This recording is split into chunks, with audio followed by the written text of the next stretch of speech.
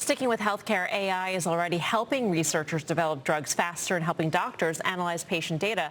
Now, Microsoft is partnering with a giant in the medical field, the Mayo Clinic, to try and advance diagnoses and treatments. Joining us now in an exclusive interview from Microsoft Build in San Francisco is Microsoft AI CEO Mustafa Suleyman, Mayo Clinic President and CEO Dr. Gianrico Ferrugia, along with our Kate Rooney. Kate. Melissa, thank you so much. Gentlemen, it's great to see you both. Thank you for being here on a big day for Build.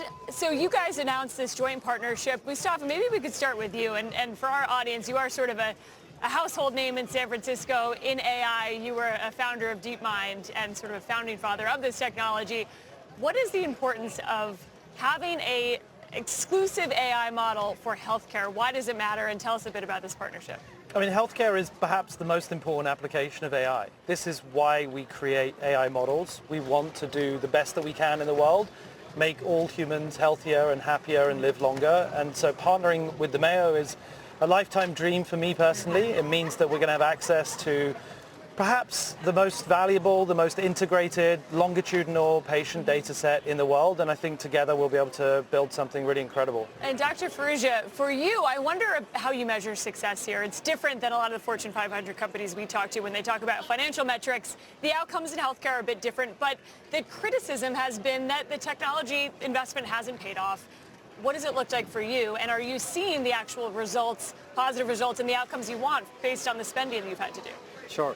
First of all, Mayo Clinic is a not-for-profit. We're driven by primary value. The needs of the patient come first. We provide outstanding care. We're rated as #1 healthcare system in the world. But we also know that most people will not have the opportunity to visit us. So for us, a big return would be if more people get access to Mayo Clinic. We have, over the past 7 years, built our Mayo Clinic platform. We can reach about 100 million people. This, working with a like-minded company like Microsoft that focuses on excellence, allows us to reach much further.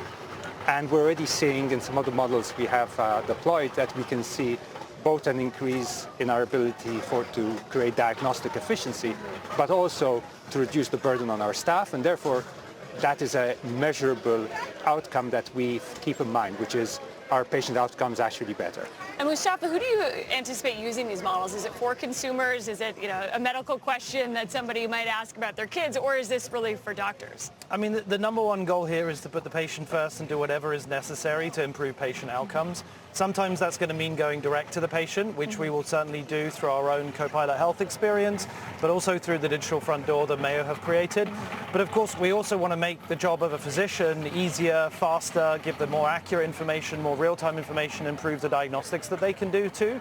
So both sides are going to be just as important. I think anecdotally, a lot of people probably already use ChatGPT and others, Absolutely, Claude, yeah. for medical advice. I want to ask you, Mustafa, about that question of cost. And we've talked about tokens, and Uber, for example, today said that they were sort of cutting off Claude Code because it's getting so expensive. How are you balancing that at Microsoft when the cost of building on AI is so expensive? How do you manage it? Well, I think the other way of seeing that is that usage has gone through the roof, and that's why, the demand is what's causing a constraint on supply. We're actually very proud to be the largest buyer of NVIDIA GB200s and 300s in the world. So we have an incredible capacity pool, and we know that when we do get product market fit inside of the Mayo Clinic and many of the other hospitals, demand is going to go through the roof again. And so we're really expecting a moment where this becomes the #1 place that you get access to health information. Well, in addition to the healthcare model that you announced a suite of other AI models. I wonder about competing at the frontier lab level.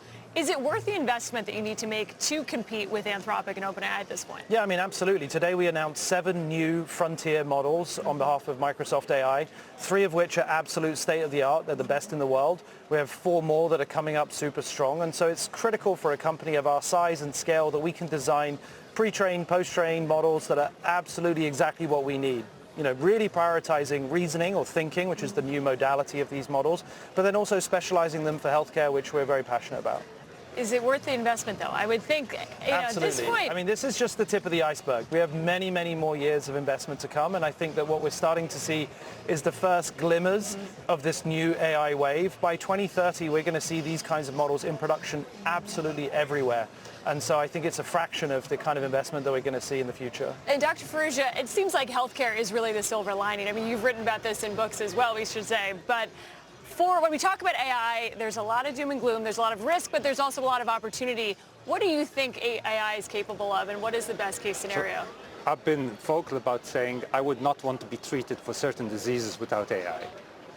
That indeed, AI plus humans will result in better outcomes. And that's what I see happening. And that's what we're passionate about. There's too much pain, there's too much suffering in the world. We now have for the first time an ability to singularly change that and make it available at scale. So for healthcare, AI is a tool that, done in a patient-centered way, will give better outcomes. And we have to remember that unlike other sectors, you can never get too healthy. So it is extremely unlikely that there's going to be a market decrease in the need for healthcare workers in the future. And Mustafa, does that help change the conversation around AI? I mean, there's protests right outside the gates here. It doesn't seem to be an overwhelmingly popular technology. There's a lot of worry about what it means for jobs. Is that a headwind for AI or an AI adoption if people just, there's a fear around it, people are thinking about job loss? How do you think the potential upside in healthcare maybe adds to that conversation? Yeah, I mean, look, I think there's a lot of understandable uncertainty, right? The technology is still in development. We haven't quite seen the full impact that it's going to have around the world. And so naturally, people are anxious because we're not sure exactly how it's going to turn out.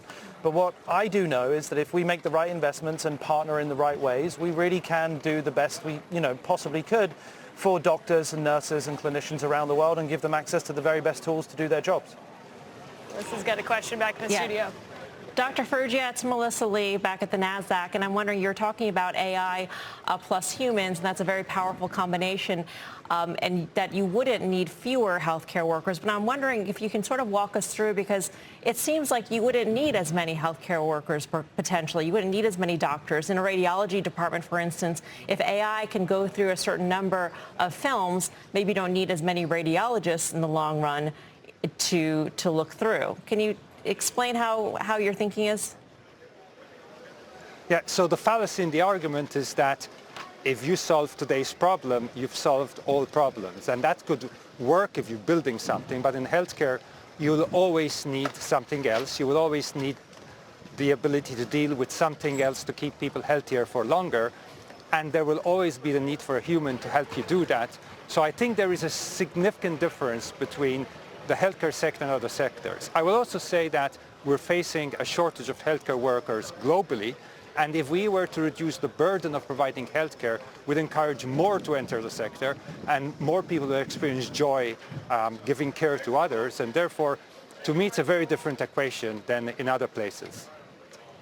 And Mustafa, last quick question. There was an executive order on AI. How are you thinking about regulation? Are you supportive of any sort of oversight before some of these models are released? Yeah, I think it's very sensible. I mean, these are very uncertain technologies. They're clearly incredibly powerful. And, we welcome it. We're very happy to operate by the new guidance that's been issued by the Trump administration. And we think they're sensible first steps to have more oversight and control by the state. Terrific. Well, thank you both, Mustafa Suleyman and Dr. Gianrico Ferrugia. We will send it back over to you guys in the studio. Thanks so much. Kate, thank you very much. Yeah, pretty interesting case for it's going to create more efficiency, which is something that's been the holy grail in healthcare forever, which is that, there's too many layers, too much friction, and yet it's going to be, kind of additive to the effectiveness and not pull from jobs. Yeah, I mean, I think his point about the shortage of healthcare workers, that is one factor that you really have to put into the equation here in terms of allowing people to do other things and to treat patients on a more one-to-one basis. If you sort of alleviate the burden of sort of the bureaucratic, the more sort of perfunctory functions of healthcare. I do wonder about the kind of everything has kind of legal and regulatory implications and how much we're going to have to stick to the old procedures. I mean, who has a malpractice insurance if AI is the one making the diagnosis? There you go.